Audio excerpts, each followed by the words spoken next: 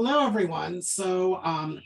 This portion focuses on on the meat of everything, how to use databases. Today, I'm going to be showing you how to figure out what is the most appropriate database for you to search, how to expand your searches. So let's say you can expand beyond one database, because that's very important because we have like 80 databases. And one of the reasons why I created this guide was to especially help you focus on especially what are the best databases for this type of assignment. And how to search, how to find good materials, how to limit them, especially to like peer-reviewed or date range or by individual subjects, how to recognize subject headings, how to recognize when you look at a citation of article, what each part are for, so you're aware of what you need to do when you do your MLA citations at the end, for example. How to save your articles, most importantly, email your articles so that they're available to you for future usage. You're never going to be able to remember, your titles in your articles or your ebooks or your newspaper articles or whatever you're looking for example. And that's pretty much in a nutshell what this is about. So from the library homepage, actually, if we were starting here, you of course click on library orientations, go alphabetically until you get to English 1, followed by the last name of your instructor. And then not here on top, that will lead to all of our databases. That's our library navigation. But as I said in my introduction to the library research guide, below the title, click on the databases tab. And that takes you directly to our list of databases. So already there's quite a few different databases I have listed here. And by the way, I apologize. I seem to go back and forth with the two different pronunciations. Both of them are correct. Just bear patience with me. I tend to use them interchangeably. So if you ever want to search the largest database, and this is especially important, let's say you find a very good article and it's like, ooh, this is definitely right on mark I want to find. And then there's a list of works cited at the end. And it's like, ooh, I like to find those. So what you can do is you can copy and paste. I usually recommend copying at the article or book chapter level if that's available. And then go to the largest database, which is Articles Plus.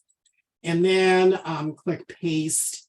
And the reason why I recommend that is you want to definitely search the largest type of database available at the college. This actually cross searches a whole bunch of databases at once, regardless of vendor. So it searches around 85% to 90% of our entire online collection here at the library. And then enter your search terms. So I'll show you this first, even though I'm going to be recommending you probably do a little bit more focused search, at least if you're searching for articles, you'll probably want to search a different database instead. But if you want to search everything that the library has online or close to it, like I said, not everything automatically pops up in here. Sometimes you do have to search an individual database. Once you enter here, you enter your search terms. So if you, I strongly recommend, if you haven't seen it yet, watch the recording where I talk about the page and especially about search terms, so you can understand a little bit why I'm entering the search terms here.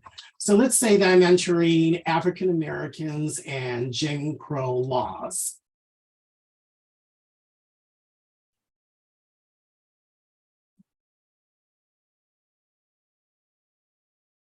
And then we click on search and notice that each concept, no more than usually a 2-word phrase, unless we know the subject heading happens to have more 2 words. If I didn't know, by the way, it would be African Americans and Jim Crow. If I didn't know what the concept was as at first. Make sure you have your and connectors in between each terms, especially if you're only, what your database that you're searching has only one line. And then start scrolling down to find a promising article. Now, as you notice, a lot of them are available, usually in PDF format. If it says periodical on the left, that almost always means magazine. Sometimes it's a newsletter. If it's an ebook, sometimes the ebook cover will show up. If it's a journal article, it will say academic journal. And if it's a newspaper, it will say news. Sometimes you might find something odd below it. And so when you click on the title of the article, usually it will take you directly to the PDF format or the HTML format of the article. In this case, it doesn't. So a teacher in Virginia highlights the joyous sides of the African American experience. What we need to do next is on the left, click the full text options. It will usually say full text binder, and then it will list different databases. In this case, it says Gale eBooks, or actually Gale Literature Resource Center in this case. And then it takes us directly to the article itself. Sometimes it might take it like to a whole ebook itself or a whole journal. And when that happens, just enter, go back and see what the title of that article or book chapter is, and then copy and paste at that final point.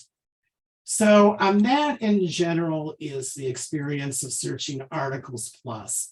While I'm here, I might as well show a little bit of what to look for as you're looking for your results. So you have your title of your article. You have your names of your authors. Followed by that, sometimes it might be in bold or italics. Sometimes it may just be in plain text.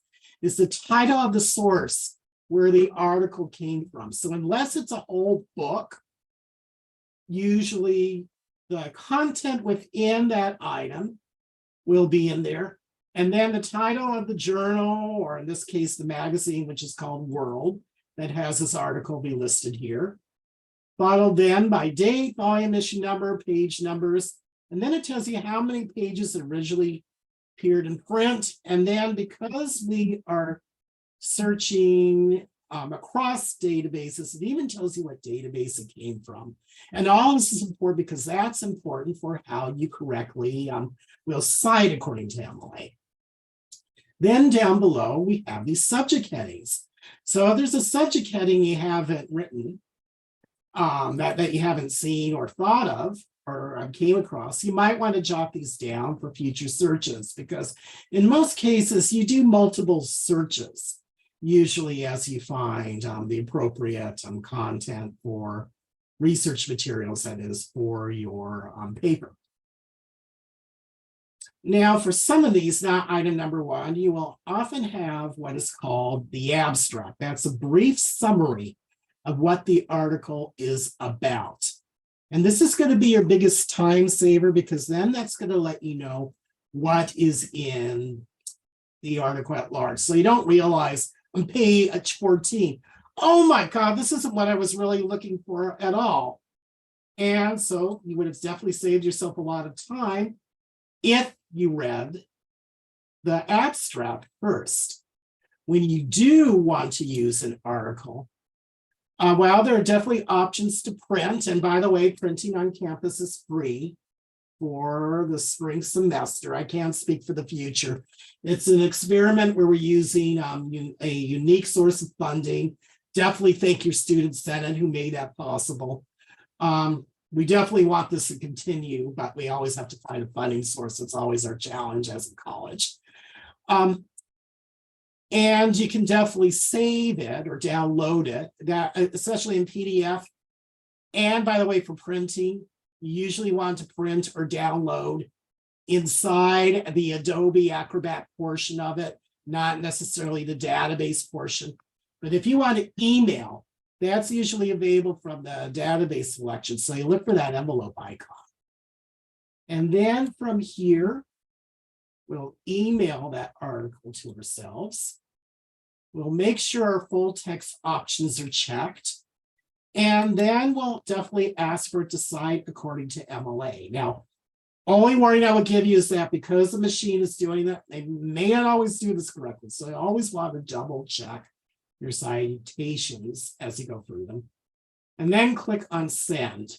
And you look for that confirmation is letting you know it's coming from the database. You may have to wait 2 minutes, 5 minutes, sometimes a little bit longer to see if it appears in your email. And you definitely want to make sure you check your spam folder just in case it ends up there. And by the way, this on the paper on the right, when I click on that, that tells us our citation format. So I can immediately see, okay, this is how it looks according to MLA 9. And I already see it's not doing it correct. I can see that immediately. And you want to ask how?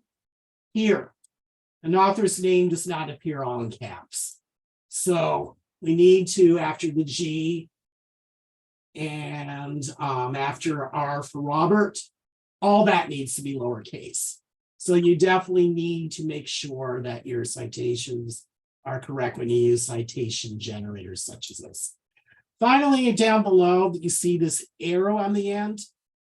This is called the export. And I currently don't have a Noodle Tools open at this time, so I can't show this to you exactly, but you would click on that and click save, and it's probably going to tell me, I suspect, next.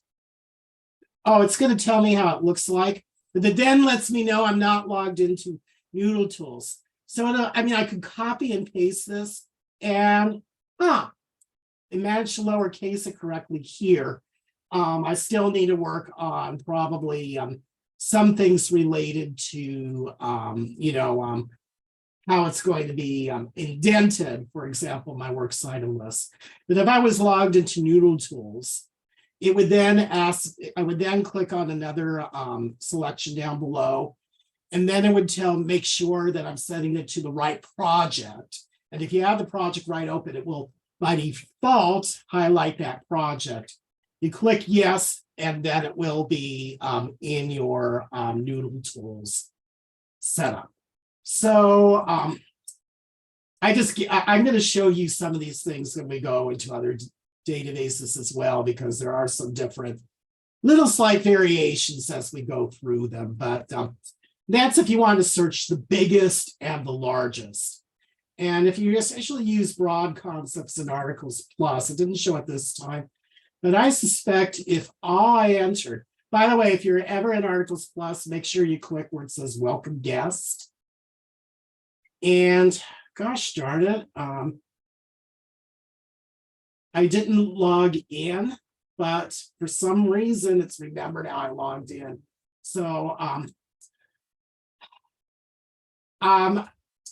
so I'm not going to show you in this, but please be sure to look at a separate recording that tells you how to log into databases off campus. And I will show you the process that way from there. So make sure to look at that other recording for that part if you're off campus. But especially for Articles Plus, you need to click where it says welcome guest. And let's say that all I entered was Jen Crow, and I think this will make it something that didn't pop up last time, and I suspect it's going to pop up. Yeah, there it is. If you're ever searching Articles Plus, usually what will show up is what's called a research starter. And this is like when you're searching Gale ebooks and reference resources. This is where you want to go to get a good overview, and it's a subject encyclopedia. So it definitely has a list of sources at the end that you can then go to look at more stuff, and can definitely copy and paste it and drop in Articles Plus if you want to see if it's available in the library's collection. So I don't even know if this is what particular title is, but let's say that I copy this, go to Articles Plus, and I'm going to remove that, and Control V, by the way, is your quick code for paste in keyboards. And it's leading me to book reviews. I have a sneaking suspicion. Yeah, it's leading me to book review. Oh, no, wait. No, that's a journal article about it. Yeah, so led me to a lot of book reviews. Unfortunately, we don't have that particular book. Though I can tell you, we definitely have a lot of books on Jim Crow. So, I mean, I wouldn't worry and fret about that, but that's definitely what you can do. Okay, so let's talk about the individual EBSCOhost databases. So if you just want to find articles like journal articles, Academic Search Complete is the largest. And you can definitely click on that and then do your search from there. I will do that in a second.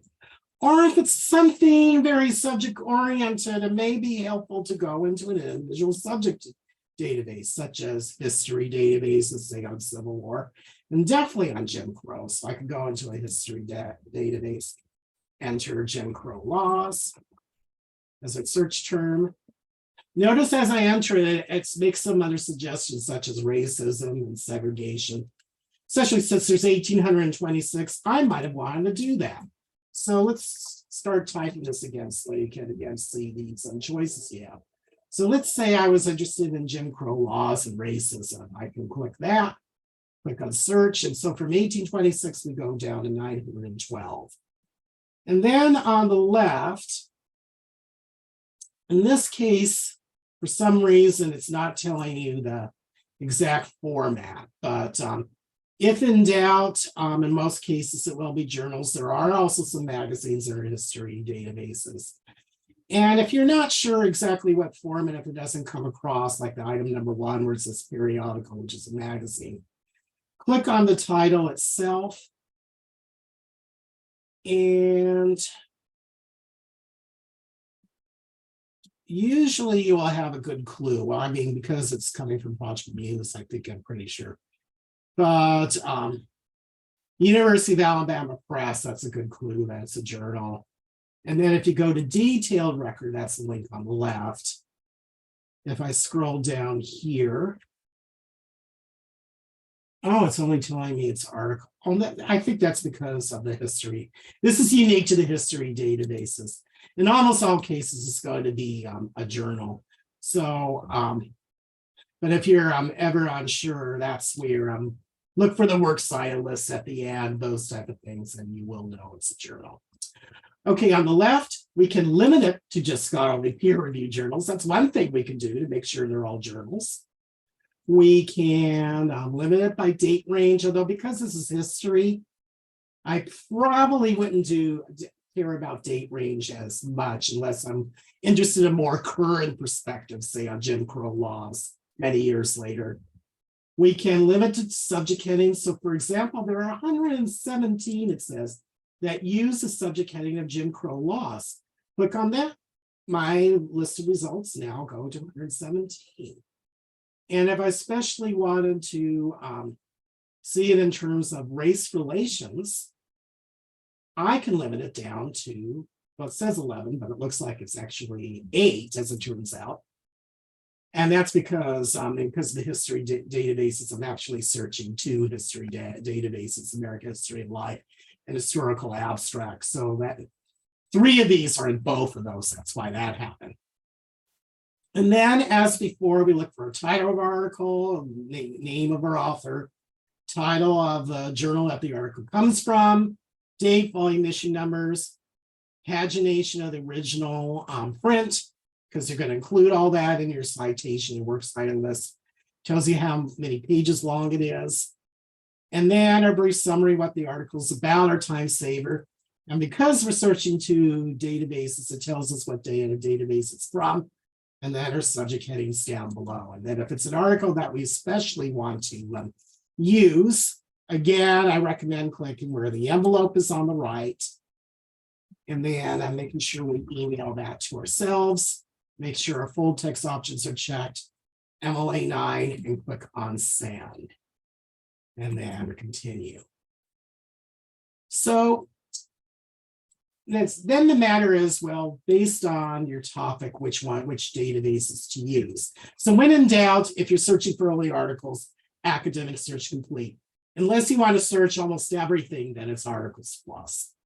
But if you're searching the EBSCOhost world, because most databases have the EBSCOhost interface, this can actually work to your advantage, and I'll show this to you in a couple of minutes. But let me show you the other database. We have a database called Ethnic Diversity Source, definitely on topic for what we're doing for this assignment. We have race relations abstracts. We have education research complete, definitely a good place to go to get all that information on the anti-racism education, or to try to understand maybe a little bit what critical race theory is. But once again, that isn't what's really being pushed forward in K through 12. And I definitely want to make sure you understand that. Social index with full text, sociology, communication and mass media complete, especially if you're interested in what mass media coverage is on the topic at hand, and definitely criminal justice abstracts with full text. And then we have some other diversity databases which actually come from different from the EBSCOhost interface, although I also listed ethnic diversity source again as well. And I'll get to that in a moment. So let's say, okay, you decide to begin with academic search complete, but it doesn't, unlike Articles Plus, it doesn't exactly search all journals and all magazines. So in this case, what you want to do, and let me show this again. Next to the database name, you want to click on Choose Databases, and then choose the ones that you want to cover. So let's say if we're going to write about Jim Crow, we'll also take American History of Life for full text for sure. Historical abstracts, while it's mainly outside the United States and Canada, so probably don't need it. But I probably would be interested in ethnic diversity source for sure. And probably race relations abstracts, I would think. And so what I'm doing is I'm selecting these out of all these many. As you can see, we have a lot of databases, just the EBSCO interface. We click OK, and it cross searches all of those. So then we enter a search, and I can already tell you we're going to have a lot more than we had before with Jim Crow laws. We're going to have over 9,000. But then if we wanted to, we can limit our search to individual subject headings. So Jim Crow laws, we can limit it to 214. And then if it doesn't tell us exactly what type of source it is, I'm suspecting most of the stuff are from American History of Life full text, but you can already reassure use almost always journals. But if you're in doubt and you want to make sure, we'll click on peer reviewed. Yeah, not so much date range. When we talk getting into like anti-racism education, that's when that date range might be a little bit more important. But as I said in my other presentation, it's new enough, this current attacks on so-called critical race theory, which is really anti-racism education, that you will probably want to, the date range probably is not going to matter as much unless you're just interested in what was happening the last 10 years as a precursor to what's being, say, protested in places like Florida, protests by certain groups. I won't exactly name them. I'm not going to be judgmental. Okay. Notice on the left, we can also select an individual database. By the way, this type of feature is also available in Articles Plus. So let's say we were only interested now because there's 24 in race relations abstracts, we can select that. And so now we're ready to start to go through. So let's say that we're especially, actually, ironically, the one I'm interested in has this link called Full Text Finder, which once again, if you come across Full Text Finder, what happens is when you click on the title, instead of going directly to the article, you click on the left where it says Full Text Finder.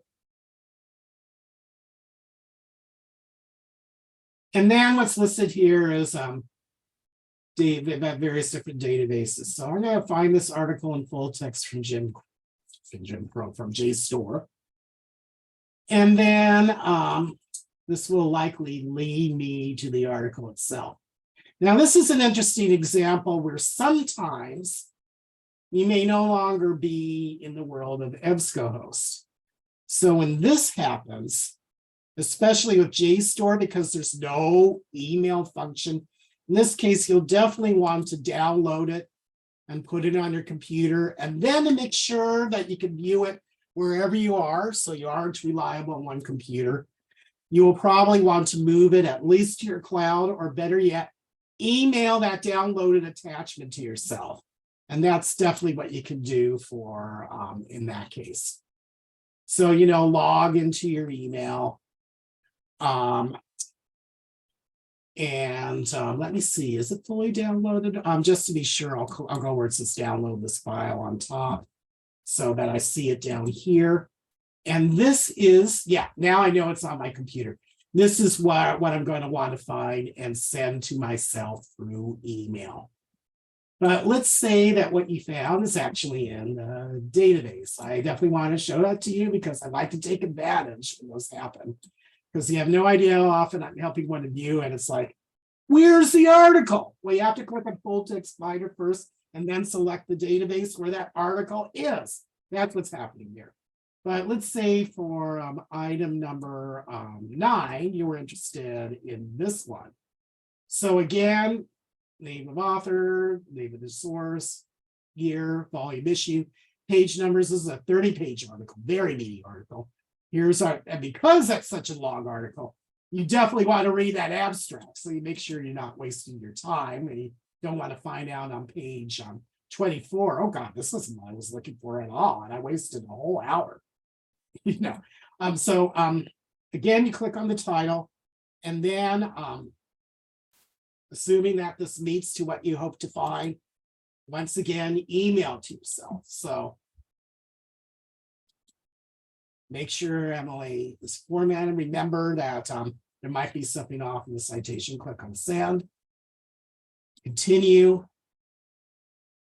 and then the green arrow on the right, and then direct export to Noodle Tools. If Noodle Tools is up, you'll be able to do more than what we're about to get. And by the way, for that JSTOR article, you won't have that option, so you'll need to enter that into your project field by field, and it will convert it for you. But in this case, and let's see. I think outside of course, the most obvious, which is indenting part. This one seems to be fine. And yeah, this definitely works. So that's definitely what I would recommend. Now, let's talk about these databases. And I'm going to go especially into Black Studies Center, because that's one that there's actually a lot of stuff in there that even Articles Plus does not pick up. So I always recommend going to at least 2, if not 3 different places for finding your articles and ebooks and whatnot. And I definitely would recommend Black Studies Center for this assignment for sure. So we enter our search terms such as Jim Crow laws. You notice it looks a little bit familiar, a little bit different. Make sure we click on search.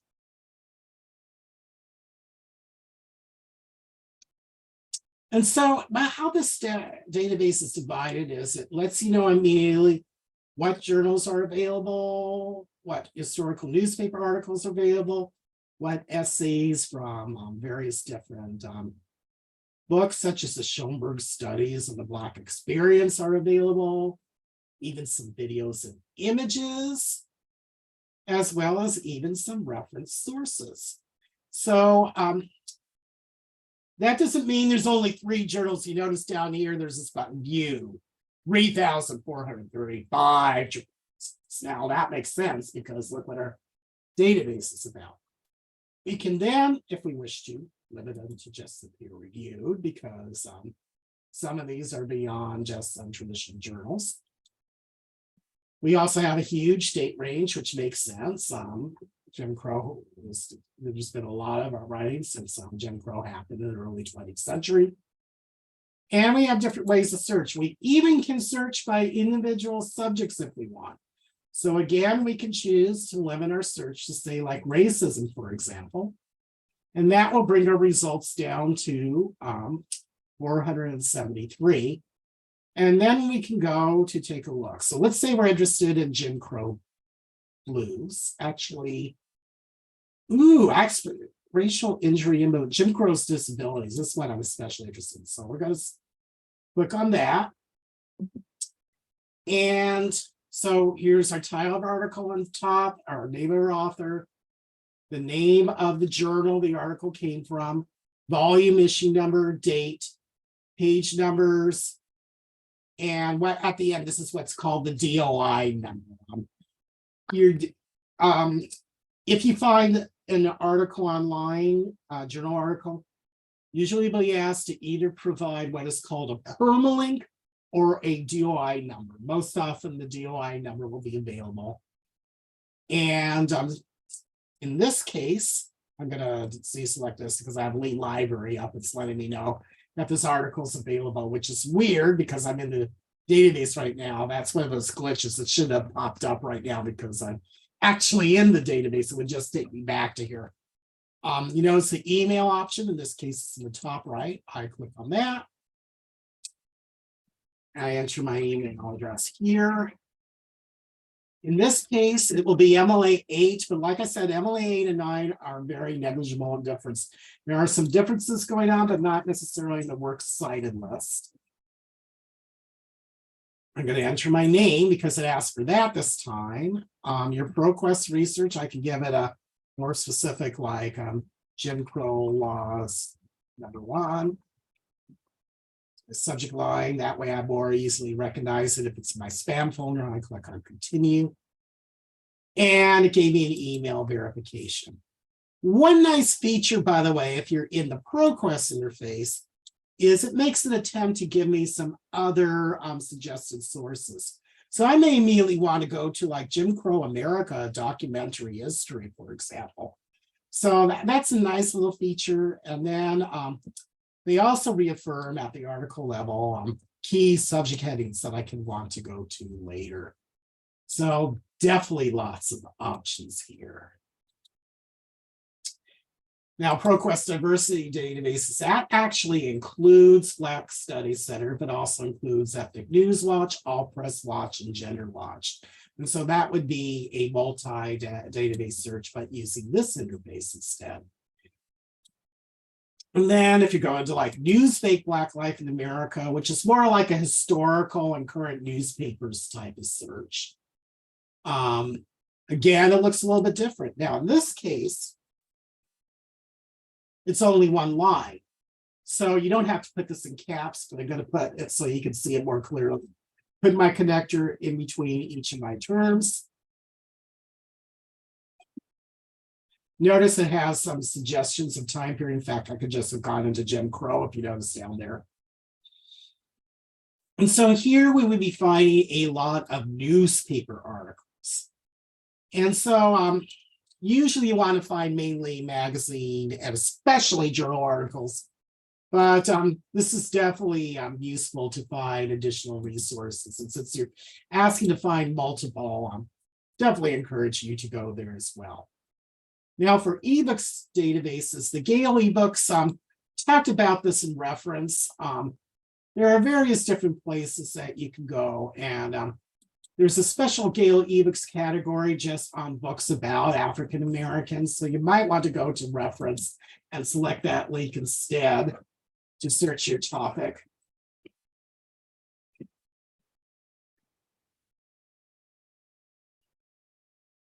And then it leads me to key subject headings. Here's one just on institutional racism, for example, that I could then take a glance at.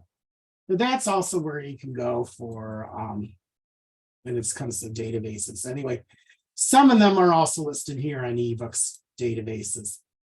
If you clicked on the ebook collection, which is where most of our non-reference ebooks are, the one thing that you should be aware of is that our Gale ebooks leads you to entry level. In EBSCO, it leads you to the book level.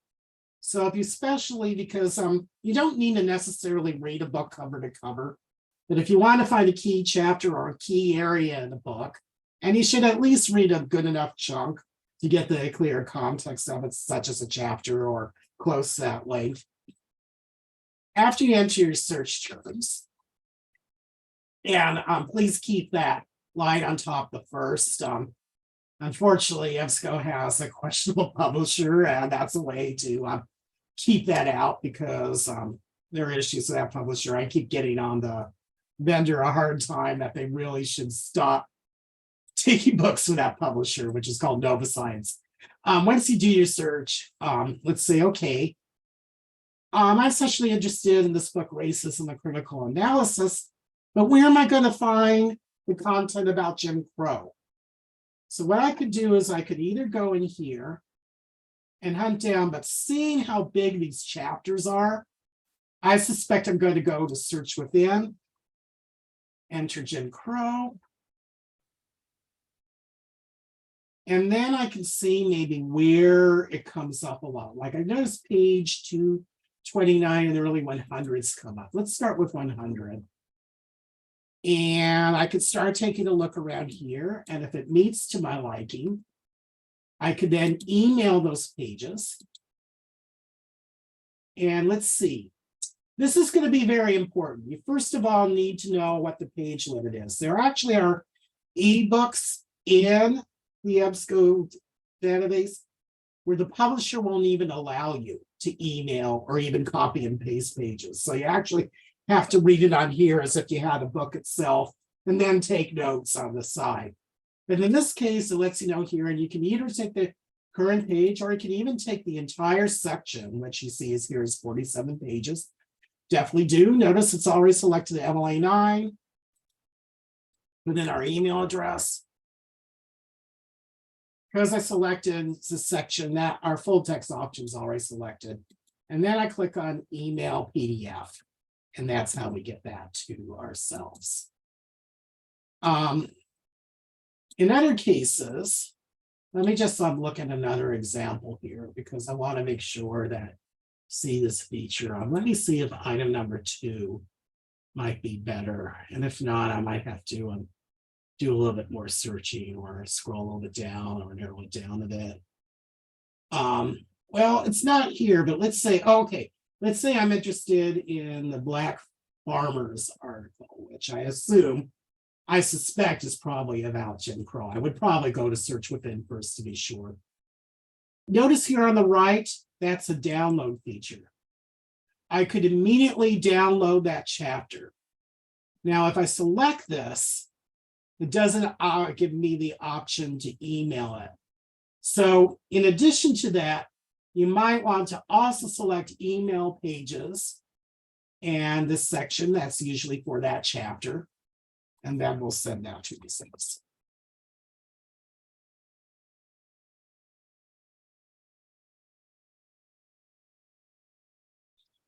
Procon databases are definitely a good place to go for hot topics of the time, whether it's current. So for CQ research, for example, I'm almost wondering if anti-racism education is going to work or if I'm going to have to use in this case. Racism education. Let me see what happens. Teaching about racism, dated January 21st, 2022. And there's also another one down below, systematic racism, that might be one to look at. And yes, there it says, should concepts of critical race theory be part of classroom instruction? Well, again, that's a misnomer. What it really should be called is anti-racism education, because you aren't having complex legal theory being taught in a K-12 classroom. And yes, what's especially good when you do pursue this is this lets you know what the hot topics are, what the multiple viewpoints are. There probably will be something down below. Here's a timeline here, a whole history. Definitely, this is almost like a reference resource on but somewhere down below, I'm looking for it. Maybe above the timeline. So, yeah, there it is.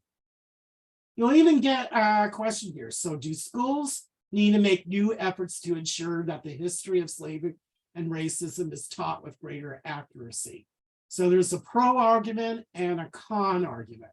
And so this is a good place to definitely get those different types of viewpoints. Some opposing viewpoints especially will give you a lot of those editorial like thoughts, opinion type of pieces, usually written by experts in a related field. And then issues and controversies in history is definitely a good place to go to see how something was talked about at the time. So if you wanted to see all the arguments about slavery and the South and United States back then, you could definitely do that. There's definitely a lot in there.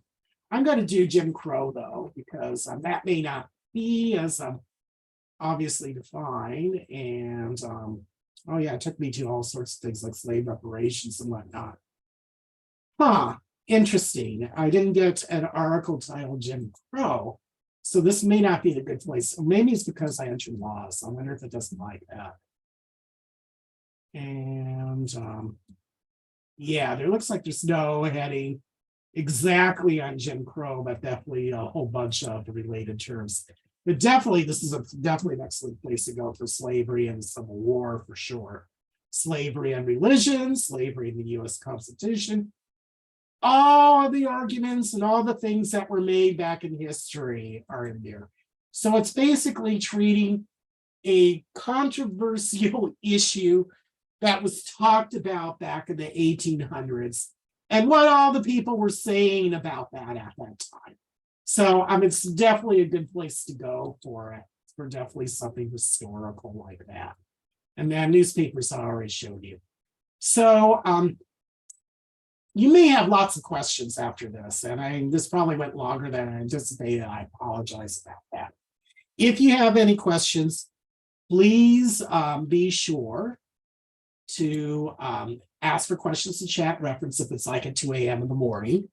But if not, definitely send me an email, come to my office. If I'm not in a webinar at that time and I'm in my office, unless I have a hot plate of lunch at that time, and even then, I will probably help you right there and then.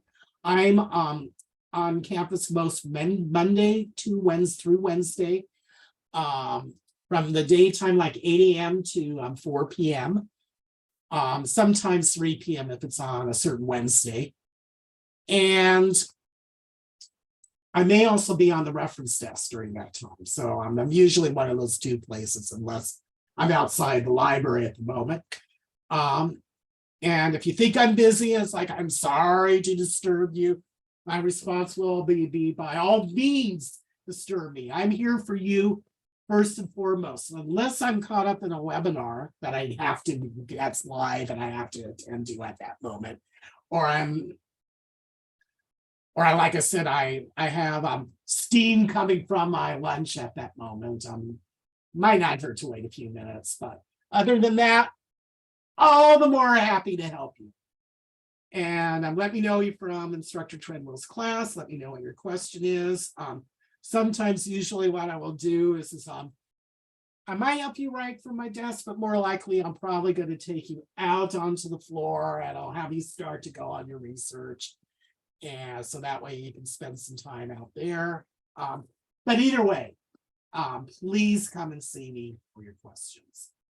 So that's it. Like I said, I will provide you a separate recording on how to log in when you're off campus. WID number, 6-digit class web pin. And again, definitely let me know if you have questions, and good luck on your research.